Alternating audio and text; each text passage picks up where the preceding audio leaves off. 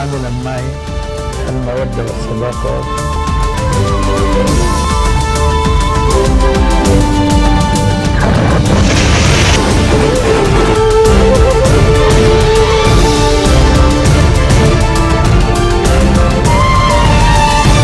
Nouvelle édition de la rédaction, merci d'être au rendez-vous. À la une de l'actualité, la réunion mensuelle des évêques maronites, c'était ce matin à Pkarki. Les évêques se disent en faveur d'une nouvelle loi électorale qui assurerait une juste représentativité.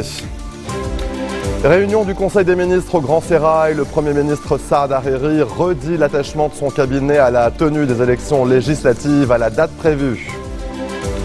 Tension au Proche-Orient après l'annonce par l'État hébreu qu'il va construire 3000 nouveaux logements en Cisjordanie occupée. Je vous le disais en titre, le Conseil des évêques maronites s'est exprimé ce mercredi en faveur d'une nouvelle loi électorale qui assurerait une juste représentativité. Un mode de scrutin qui devrait s'inspirer de la Constitution et du pacte national, ont estimé les prélats lors de leur réunion mensuelle à Pkarki, présidée par le patriarche maronite Pshara Rai. Les évêques ont en outre exprimé leur inquiétude au vu des derniers débordements sécuritaires. Ils ont toutefois salué l'action des forces de sécurité, les appelant à prendre les mesures nécessaires pour éviter ces crimes. Dans le reste de l'actualité, les discussions entre différentes formations politiques sont en cours autour de l'adoption d'une nouvelle loi électorale en vue des législatives prévues en mai prochain. Ce matin, au palais présidentiel, le chef de l'État, Michel Aoun, a redit son attachement à un mode de scrutin basé sur la proportionnelle. La loi en vigueur, dite de 1960, prévoit un mode de scrutin majoritaire. Elle est critiquée par la plupart de la classe politique, du moins en apparence, à l'exception des jumblatistes qui s'opposent aux moutures fondées sur la proportionnelle. Parmi les lois à proposer, certains textes prévoient donc la proportionnelle ou un mode de scrutin mixte. Réunion hebdomadaire du Conseil des ministres au Grand Sérail à Beyrouth sous la présidence du Premier ministre Saad Hariri. Hariri a redit l'attachement de son cabinet à la tenue des élections législatives à la date prévue, soit avant la fin du mois de mai, et ce conformément à la déclaration gouvernementale. Le Premier ministre a également déclaré que son équipe œuvrait en vue de l'élaboration d'une nouvelle loi électorale, appelant la classe politique à davantage de sacrifices et de concessions. Téhéran confirme un test de missile dénoncé par Washington. Cette action n'est pas en contradiction avec l'accord nucléaire ni avec la résolution 2231 de l'ONU. Dixit le ministre iranien de la Défense, le général Hossein Deghan. Des propos qui interviennent alors que quelques heures après la tenue d'une réunion urgente à huis clos du Conseil de sécurité de l'ONU demandée par les États-Unis. L'ambassadrice américaine à l'ONU, Nikki Haley, a fustigé la version iranienne qui évoque un test à but défensif. Selon la diplomate, le missile testé dimanche pouvait transporter une charge de 500 kg et avait un rayon d'action de 300 km. Maintenant, au Proche-Orient, je vous le disais en titre, l'arrivée au pouvoir de Donald Trump semble totalement décomplexer le gouvernement israélien. L'État hébreu a fait savoir ce mercredi matin qu'il va construire 3000 nouveaux logements en Cisjordanie occupée. C'est la 4e annonce du genre en Israël depuis l'investiture du nouveau gouvernement américain il y a moins de 15 jours. Les explications d'Antoine Fenot. Des piles de pneus en flammes et quelques rochers disposés au milieu de la route. Les colons israéliens d'Amona entendent résister jusqu'au bout à leur évacuation décidée par la Cour suprême israélienne. Mercredi, des centaines de policiers se sont rassemblés à l'entrée de cet avant-poste sauvage situé au nord de Ramallah en Cisjordanie, occupé par quelques 330 personnes. Une bonne partie de cette communauté a commencé à barricader l'accès à la synagogue de cette colonie. Tous dénoncent une décision antisioniste. Personne n'est heureux aujourd'hui. Regardez autour de vous. Il n'y a que des rochers et des buissons. Personne n'a été dépouillé sur cette terre. Tout le monde sait que c'est faux. C'est un complot. Ils vont déraciner une communauté juive de la terre d'Israël sans raison. Pour la Cour suprême, Amona est une terre palestinienne et a été annexée illégalement au début des années 90. La décision des juges date de 2014, mais les colons et leur soutien au sein de la droite israélienne ont multiplié obstacles et manifestations. Autre source de conflit, la solution de relogement des colons. Le plan proposé par le gouvernement prévoit leur implantation sur une colline voisine, inacceptable pour les Palestiniens. C'est une propriété privée. J'ai 5 hectares là-bas et je ne peux pas approcher de ma terre pour la préparer et la cultiver. Ça fait 20 ans qu'ils occupent cette terre et cette zone. Malgré cette décision, le contexte n'a jamais été aussi favorable aux colons. Soutenu par le nouveau président américain Donald Trump, Benjamin Netanyahou a multiplié les annonces d'implantation de nouvelles colonies. Lundi, l'État hébreu a annoncé la construction de 3000 nouveaux logements. Allez, restez des nôtres, on se retrouve après cette très courte pause. A tout de suite.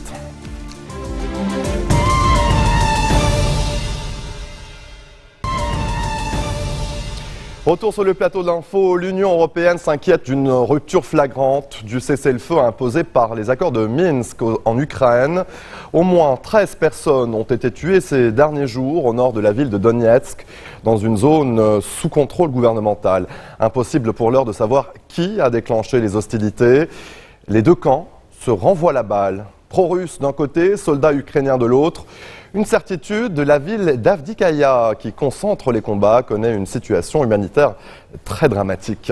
Raphaël Vivant nous en dit plus. Ni chauffage, ni électricité pour des températures avoisinant les moins 18 degrés. La situation se dégrade de jour en jour dans la ville d'Avdiïka, dans l'est de l'Ukraine. C'est ici qu'ont repris dimanche les combats entre soldats ukrainiens et rebelles séparatistes pro-russes. Face à ce regain de violence, le pire depuis des mois, Kiev demande à l'ONU d'agir. L'Ukraine demande une réunion du Conseil de sécurité de l'ONU à cause de la réelle et très sérieuse détérioration de la situation en Ukraine de l'Est, près de la ville d'Avdiïka. L'Ukraine a tout fait pour tenter de trouver une solution. L'ONU a pour sa part appelé au rétablissement immédiat du cessez-le-feu en vigueur, une exigence qui pourrait rester lettre morte. Les deux camps continuent à s'accuser mutuellement d'être à l'origine de la reprise des combats. Après avoir reçu notre accord pour maintenir le cessez-le-feu, nos ennemis ont utilisé des armes lourdes pour bombarder Donetsk et Makiva. Ensuite, ils ont lancé une offensive dans la ville industrielle d'Avdiïka dans le but de prendre nos positions. Dans la ville d'Avdiïka, des milliers de civils font face à une catastrophe humanitaire. Selon un haut responsable militaire, la ville pourrait être évacuée si la situation ne s'arrange pas. Dans le reste de l'actualité, aux États-Unis, la Cour suprême vit une situation particulière depuis près d'un an. En février 2016, un des 9 juges de cette institution décédait. Depuis, son siège est resté vacant, empêchant la Cour de trancher sur des dossiers très importants. Le président Donald Trump a annoncé cette nuit le nom de celui qui pourrait occuper le poste vacant. Il s'agit de Neil Gorsuch, 49 ans, favorable à la peine de mort et contre l'euthanasie. Sa nomination, qui doit encore être validée par le Sénat, est déjà contestée dans la rue à Washington. Les explications d'Antoine Mariotti. Le poste était vacant depuis près d'un an, mais l'obstruction du Sénat, dominé par les Républicains, avait empêché Barack Obama de nommer un remplaçant au juge Antonin Scalia, décédé en février. Les membres de la Cour suprême le sont à vie. La nomination du 9e magistrat était donc très sensible, tant elle pouvait faire basculer la Cour du côté progressiste ou conservateur. L'élection de Donald Trump a redonné l'avantage aux républicains. Le juge Gorsuch a des compétences juridiques exceptionnelles. Il est brillant, possède une formidable autodiscipline et a réussi à obtenir du soutien de tous bords. Quand il a été nommé à la Cour d'appel, il a été approuvé par le Sénat dans sa totalité, à l'unanimité. Vous le croyez, ça, de nos jours, avec tout ce qui se passe ? Mais Neil Gorsuch ne fait plus du tout l'unanimité. Des élus démocrates pointent du doigt son hostilité présumée envers le droit des femmes ou son approche jugée idéologique. Dès l'annonce de sa nomination faite par Donald Trump à la Maison-Blanche, des manifestants se sont rassemblés devant la Cour suprême. Des familles sont séparées, les décisions des juges ne sont pas respectées dans les aéroports. Des centaines de milliers de personnes ont manifesté. Et quelle est la réponse de Donald Trump à tout cela ? Nommer à la Cour suprême un extrémiste qui est contre le droit essentiel de milliers d'Américains de manifester pour se défendre. Cette nomination doit désormais être confirmée par le Congrès. Un processus qui va prendre plusieurs mois et ne sera pas un long fleuve tranquille. Les républicains auront besoin d'au moins 8 voix démocrates pour entériner le choix du président américain. Et pour donc plus de détails sur la nomination du juge Gorsuch, la correspondance à Washington de Gallagher Fenwick.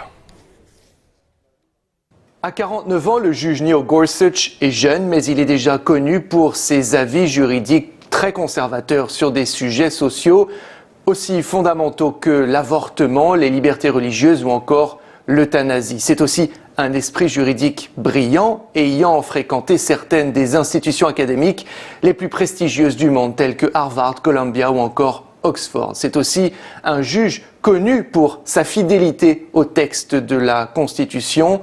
Il l'interprète tel que l'auraient fait les auteurs de ce texte. Les démocrates du Sénat, certains d'entre eux en tous les cas, pourraient choisir de rejoindre les rangs des républicains afin d'aider à la confirmation de ce juge pour remplir un siège laissé vacant pendant 1 an à la Cour suprême, la plus haute juridiction du pays. Pourquoi ? Eh bien parce que le juge Neil Gorsuch est loin d'être l'option la plus conservatrice que Donald Trump, le président, aurait pu choisir pour cela. En revanche, si les démocrates choisissent de bloquer cette nomination, les républicains ont un dernier recours, à savoir l'option nucléaire qui leur permet de faire baisser le seuil de voix nécessaire afin de confirmer le juge Neil Gorsuch. Dans un tout autre registre, l'institution fête ses 40 ans et n'en finit pas de surprendre. Le Centre Pompidou à Paris abrite l'une des plus riches collections d'art moderne et contemporain d'Europe. Picasso, Matisse, Miro, Léger ou encore Chagall. Le centre abrite 120 000 œuvres, dont environ 10% seulement sont exposées. Révolutionnaire à son ouverture en 1977, eh bien, le musée est aujourd'hui confronté à de nouveaux défis qui le poussent à ouvrir des antennes à l'étranger. Clap de fin pour l'exposition Magritte qui a reçu 600 000 visiteurs. À quelques pas d'ici, la vie du centre continue autour d'événements d'un autre genre. Les visiteurs sont ravis de pouvoir découvrir l'univers de la BD. Certains y trouvent même de nouvelles inspirations. Je crois que je vais me mettre à la peinture. Ça a déclenché quelque chose d'extraordinaire. L'éclectisme du musée, là, ça permet de découvrir plein de choses. Il y a 40 ans, Beaubourg n'était qu'un vaste parking sauvage. C'est là pourtant que va naître le projet de ce grand centre culturel. Dès ses débuts, l'architecture originale de ce bâtiment qu'on surnomme la raffinerie va susciter la polémique. En fait, parce qu'on savait pas ce que c'était idiot en fait, c'est une réaction un peu idiote. Maintenant, vous avez changé d'avis. Ah bah complètement, heureusement d'ailleurs. L'éclectisme a fait le succès du centre, un musée qui propose 6 expositions temporaires, la plus grande bibliothèque en accès libre de France et ses 300 000 ouvrages, mais aussi des salles de cinéma et des spectacles. 40 ans après sa construction, la raffinerie a su trouver sa place dans le paysage parisien, au point de devenir un lieu culturel incontournable. Et toujours à Paris, les 2 premiers urinoirs écologiques ont été installés cette semaine près de la gare de Lyon. Le but de la SNCF, qui a commandé ces 2 modèles, eh bien, c'est de diminuer les incivilités liées à l'urine sauvage et réduire les odeurs. En effet, le carbone présent dans la paille associé à l'azote dans l'urine permet, en plus de créer un bon engrais, d'éviter toute émanation. Eh bien, le prix de cet urinoir écologique est estimé à 600 € et il pourrait être de plus en plus présent aux abords des gares de la capitale française. Explication. Mais en fait, les urinoirs chimiques ne sont pas si vertueux que les toilettes sèches, que les urinoirs secs. Parce que les urinoirs chimiques, en fait, réorientent leurs urines vers des stations d'assainissement classiques. Là, on en fait quand même du compost, donc un engrais. Donc, c'est-à-dire qu'on est dans une réflexion d'économie circulaire. On va réutiliser en fait 2 déchets que sont les sciures de bois, les copeaux et la paille, avec un autre déchet qui est l'urine, pour en faire quelque chose qui va vraiment servir à faire pousser des plantes. Non, on va éviter en fait d'utiliser ce compost pour de l'alimentation, pour faire pousser des poireaux ou des carottes. Pour la simple et unique raison, c'est que y a des personnes qui prennent des médicaments et donc ces molécules de médicaments vont se retrouver dans les urines et dans le compost. Donc autant éviter cet usage. Avant de se quitter, un mot de sport. Ce mercredi 1er février, l'Égypte va affronter le Burkina Faso lors de la première demi-finale de la CAN 2017 au stade de l'Amitié à Libreville. Une rencontre qui va opposer 2 styles de jeu complètement différents. L'Égypte, équipe défensive, face au Burkina Faso qui est porté vers l'attaque.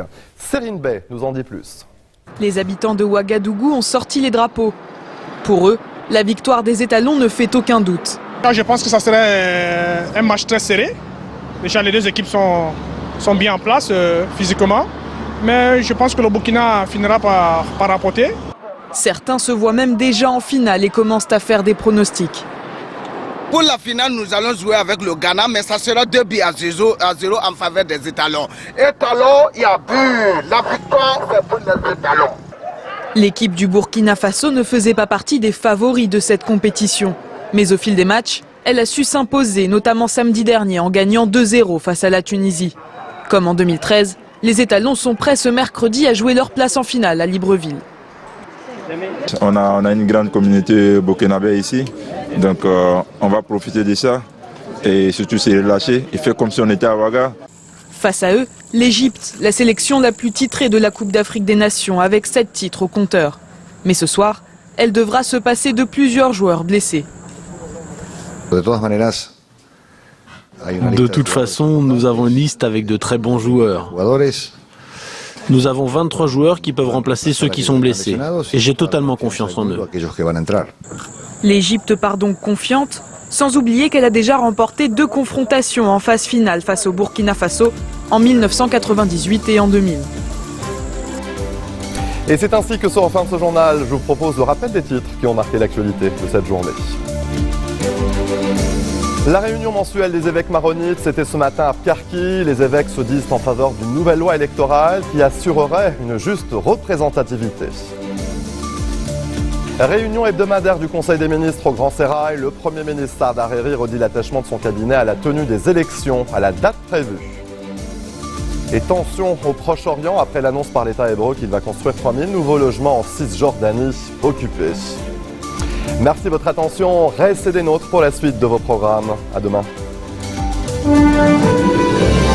هذا لما المودة والصداقة